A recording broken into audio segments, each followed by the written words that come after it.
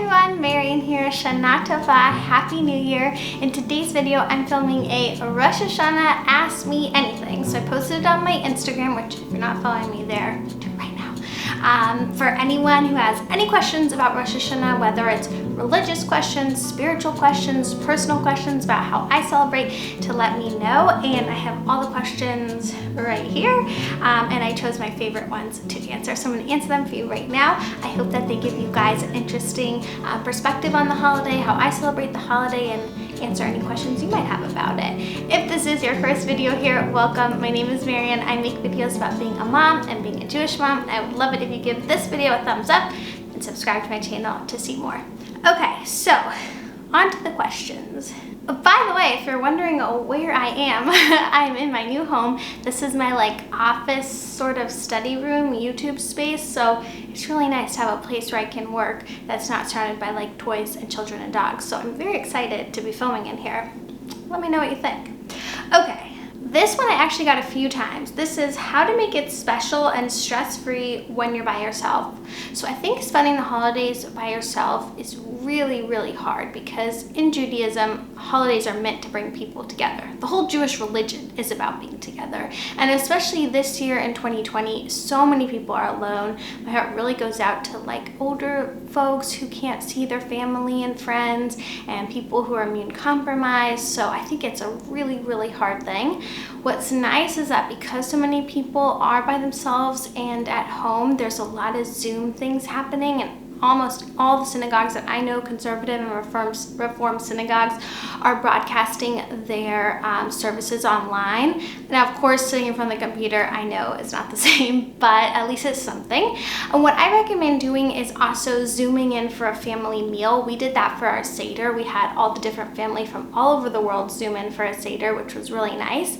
So maybe if there's a friend or family member, even if it's not a full meal you want to sit and Zoom with, but ask them if you guys can say the brachas, say the blessings together over Zoom. That would be really special.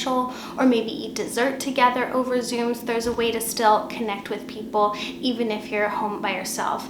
Another idea that I like to do is to just take some time for yourself to do something special for the holiday, and that's a meaningful thing to you. So maybe that's trying out meditation. I have actually a whole video on Jewish meditation if you're interested in that, or journaling about the new year, but really take it as a moment for yourself to set your intentions and prayers for the year ahead. So even though that might not be the traditional, everyone all together eating a lot of food celebration, it still can be meaningful.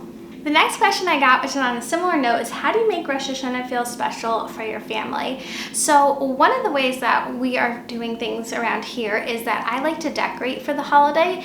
Decorating for holidays isn't necessarily a very Jewish cultural, ancient element in the way we think of it, like the way you decorate for Christmas kind of thing, decorating your home. But there's a lot of actual Jewish art in Judaica that decorate people's homes, and there's a lot of symbols around the holidays, like the apples and honey, and things like that. So even though traditionally you might not think of it as decorating for the holiday, you are still making your home special. So I like to do that for kids as well. I put out all our Rosh Hashanah books, most of them which are from PJ Library, which sends out free books for Jewish children. So I will link it below. You can sign up for my link.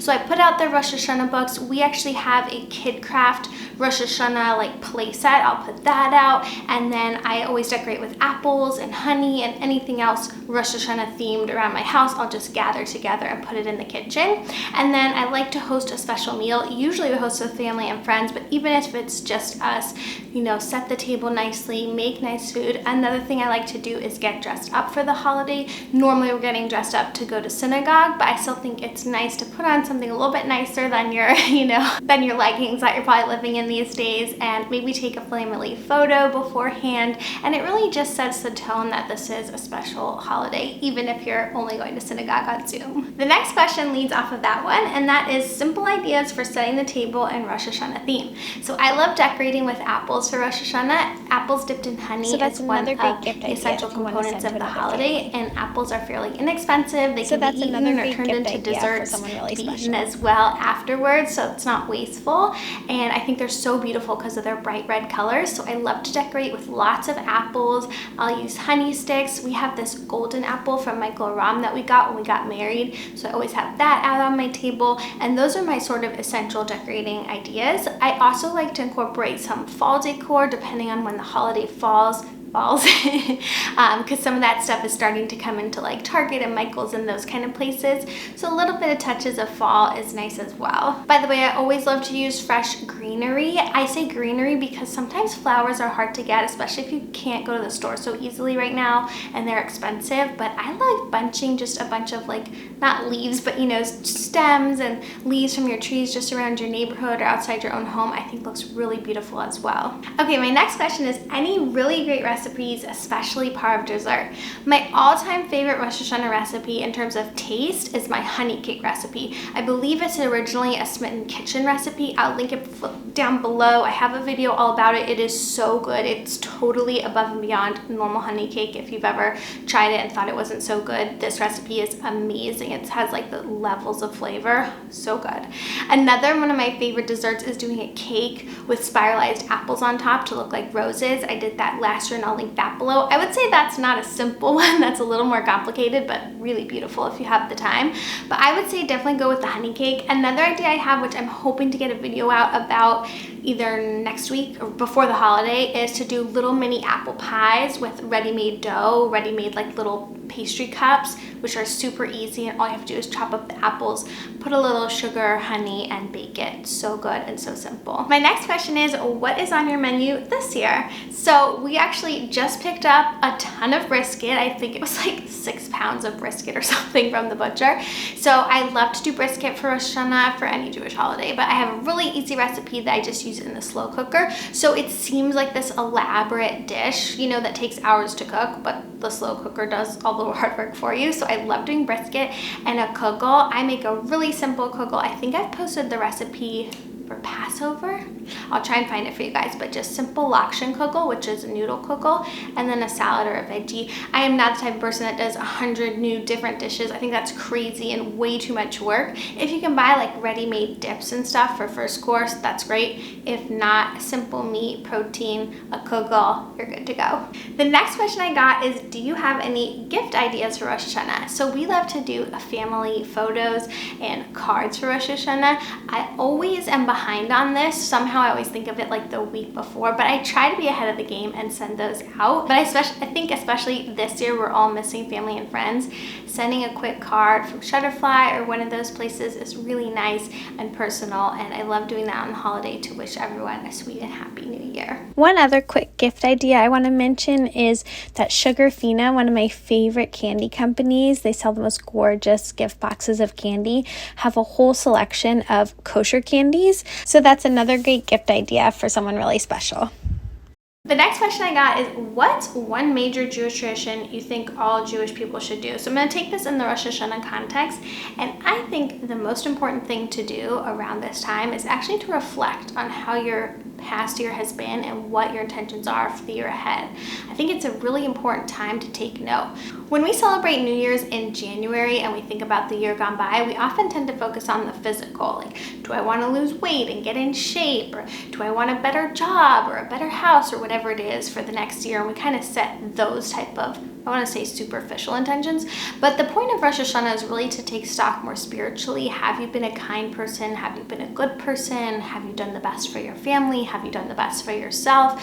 So I think the most important aspect of the holiday is to think about the year gone by and think about the year ahead. And that's something anyone, anywhere can do. Okay, and then my last question is, why is Rosh Hashanah celebrated in the way that it is? So this is kind of a very broad and complicated question, but it made me think about what are the essential elements of the holiday and why are they there? So the first thing that comes to my mind is the shofar, the ram's horn. So on the holiday of Rosh Hashanah and on Yom Kippur, it's traditional to hear the shofar blown, usually in synagogue. And this is meant to really call us. In ancient times, it would literally call people together because you could hear the sound from far away. Today, it's really a call to awaken our spirits and our souls and to think about this time that's passing us by, the year coming to a close and the new one beginning, and how to make the best rest of it. So the shofar on Rosh Hashanah is one key aspect to awakening our spirits. Another aspect of the holiday is the round challah that you see on the table. So challah in traditional Jewish meals is one of the representations that this is a meal, and you'll see it on the Shabbat table. And having it be round for this holiday is one of the only times in the year that you see it in a different shape. Some people do a shlisel key challah after Pesach, but this is really the key different challah in the year. And the roundness symbolizes, again, the year turning around, life beginning again, and all of that idea of rebirth and reinvigoration for the new year. So that's another key component.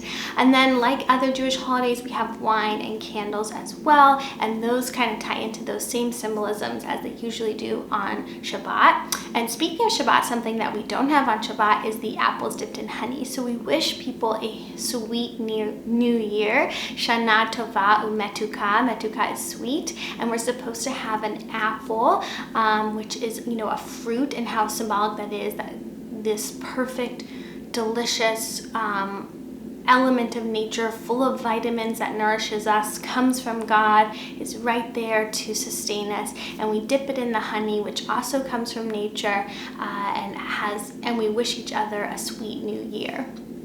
So those are some of the symbols of the holiday and what they mean. The other elements of celebrating the holiday are really going to synagogue and saying specific prayers that are intended to, again, keep our focus on adding up how we've done this year and preparing for Yom Kippur, which is the Day of Atonement and Judgment, so that we can start the year, you know, on this note of considering how we were the year before and focusing on what we're hoping for the year ahead. So those are all the questions in my Ask Me Anything that I posted. I hope you guys enjoyed this video. If you did, don't forget to give it a big thumbs up, subscribe to my channel down below, and I'll see you in the next one. Bye!